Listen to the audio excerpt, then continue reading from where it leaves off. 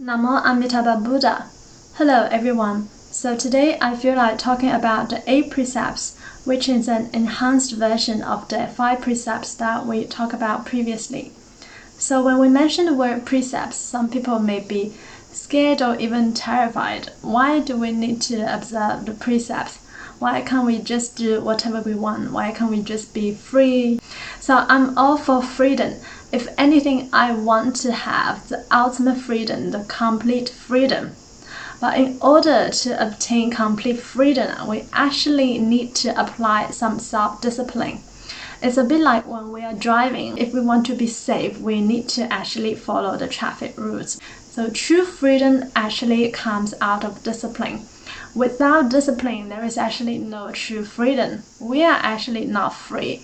We are the slaves of our monkey mind. We are the slaves of our attachment, our desire, our greed, our anger and ignorance. So how can we actually be free from all these developmental states? We actually need to apply some discipline to regulate our mind, our speech, our conduct.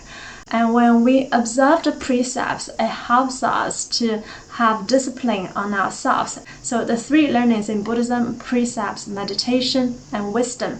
So it's only when we observe the precepts, this can help us to enter into a meditative state much more easily. And when we practice more meditation, then it can then give rise to wisdom or prajna, to realize the emptiness of all phenomena. So precepts are actually important regardless of what branch of Buddhism you might be practicing. So sometimes we hear some people may say, oh, for Pure Land practitioners, one doesn't need to observe the precepts and all that, one can still seek rebirth. So this is not wrong, this is actually right. If we look at the low grade of rebirth, there's actually no mention of precepts. But it's actually also important for Pure Land practitioners to observe the precepts if one wants to attain a higher grade of rebirth. So there are 9 grades of rebirth, which we currently are talking about in our weekly Dharma talks.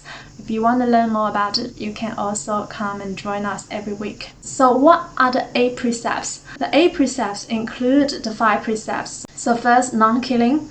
If we don't want to be harmed or killed by others, then we should refrain from killing or harming others, and this also includes animals. And the second is to refrain from stealing. This also includes to take things from others without their permission.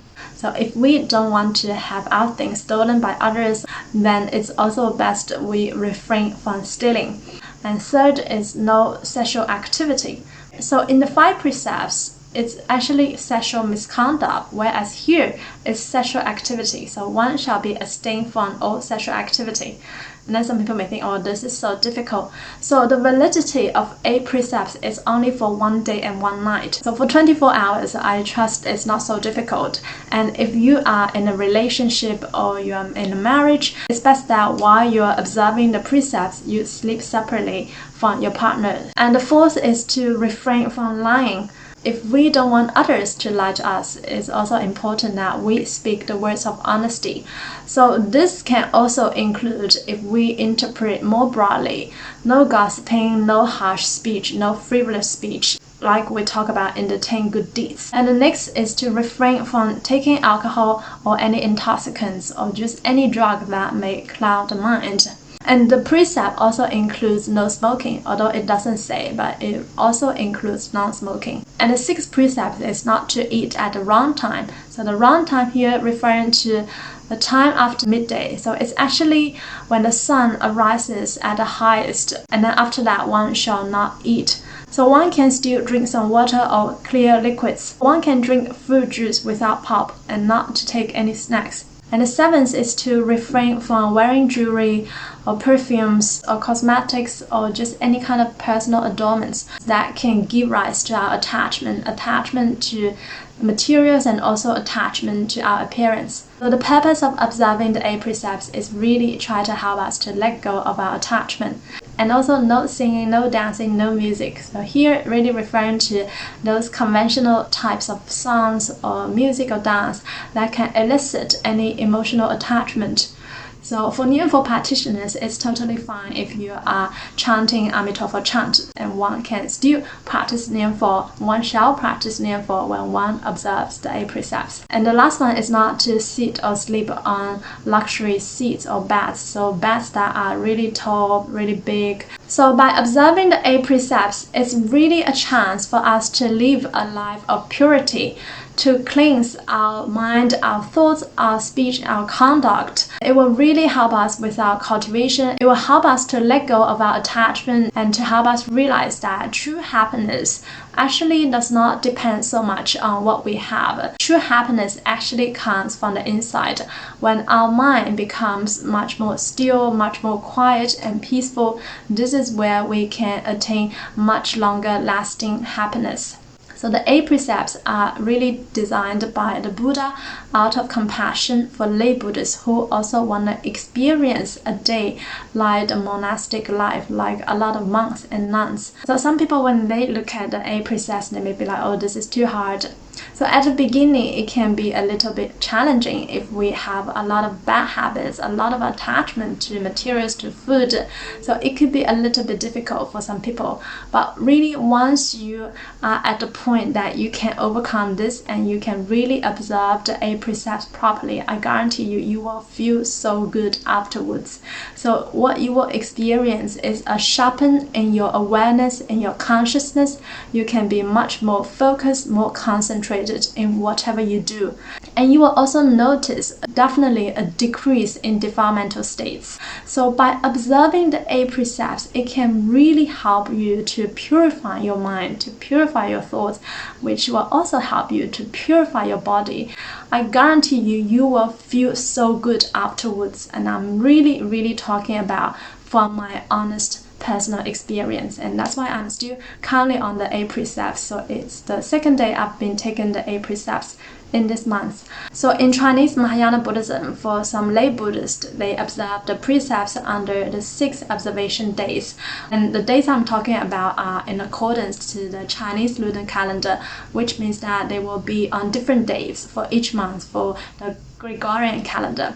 So for each month, I will also try to post dates for people who are keen to observe the 8 precepts.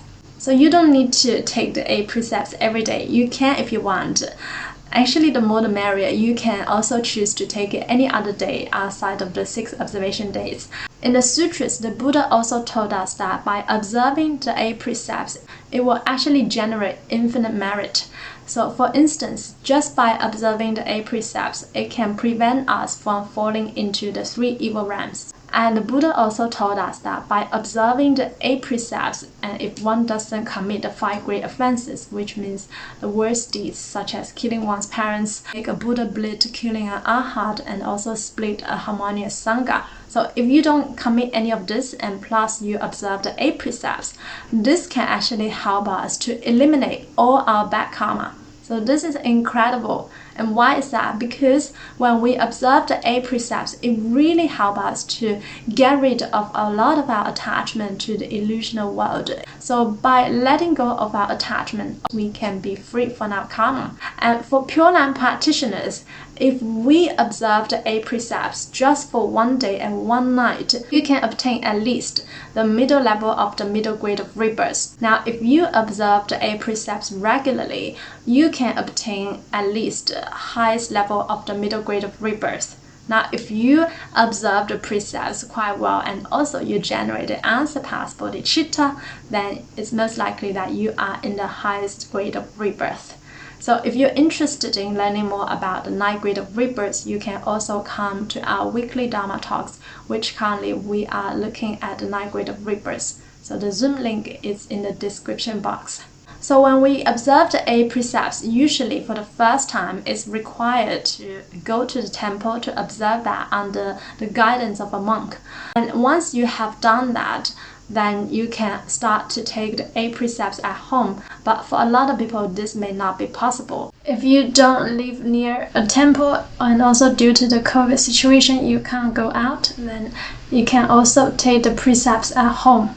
And if you want to know the exact procedure, I have actually prepared a document in our Facebook group, Pure Land Buddhism Lotus Family. So you can take a look at that if you're interested in observing the 8 precepts at home. And the link to the Facebook group is also in the description box. I really encourage people to give it a go before you judge or you think this may be too difficult. And you may be surprised how many benefits you will obtain by simply observing the 8 precepts for one day and one night.